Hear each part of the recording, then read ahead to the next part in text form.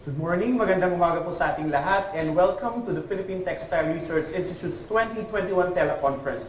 We'd like to welcome our guests who are physically here in the Institute, our speakers who are joining us virtually, and those textile stakeholders, the tech conference participants who have gladly joined our institute in celebrating not only the Philippine Tropical Fabrics Month, but also the 54th anniversary of the Philippine Textile Research Institute. So to formally welcome us all, ladies and gentlemen, it is my pride and pleasure to welcome and present to you the Director of the Philippine Textile Research Institute, Department of Science and Technology, Director Celia B. Elumba.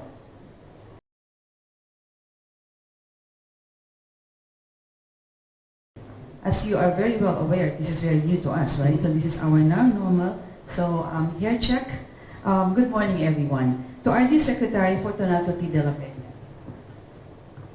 our esteemed guests, resource speakers, our friends from the media, my fellow workers in government service, including all the good people of the Philippine Textile Research Institute, a wonderful good morning to you all. 2 years ago, the United Nations General Assembly declared this year, 2021, as the International Year of Creative Economy for Sustainable Development. This was in recognition of the need to promote sustained and inclusive economic growth, foster innovation, and provide opportunities among other objectives. Now, these are very much in tandem with our goals and aspirations for our people at the Philippine Textile Research Institute. The UN defines the creative economy as essentially the knowledge-based activities of the creative sector which produce economic value. These industries encompass a wide array of activities in goods and services, which include art crafts, audiovisuals, design, performing arts, publishing, visual arts, and new media. Design, under which fashion is classified, accounted for 60% of the total world exports over a 15-year period. Of this, fashion accounted for 26%, 1/4.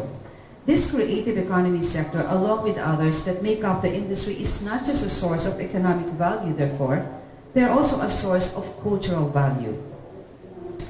In this year's TELA conference, we expound on the creative economy in the world of textiles, in our present-day conditions that must now be viewed as our now normal.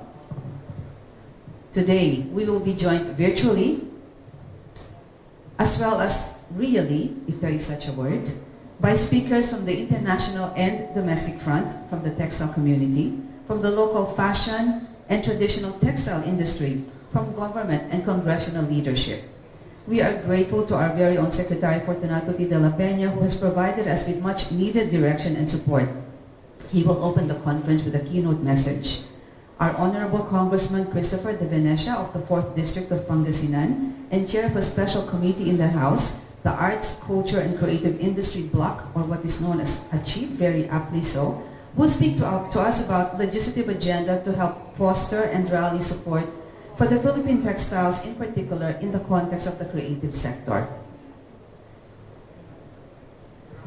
Yusek Rafaelita Aldaba from the Competitiveness and Innovation Group of the Department of Trade and Industry will share with us opportunities and prospects of a creative Philippine textile economy.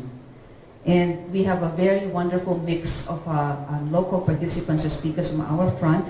They come from a varied, they represent, it's very inclusive, therefore, they represent a wide swath of our industry stakeholders. And so I'm very pleased to have Ms. Carissa Cruz Evangelista of the Philippine Fashion Coalition share with us their travails, their challenges, the opportunities that they see in pushing the boundaries for a creative Philippine textile economy.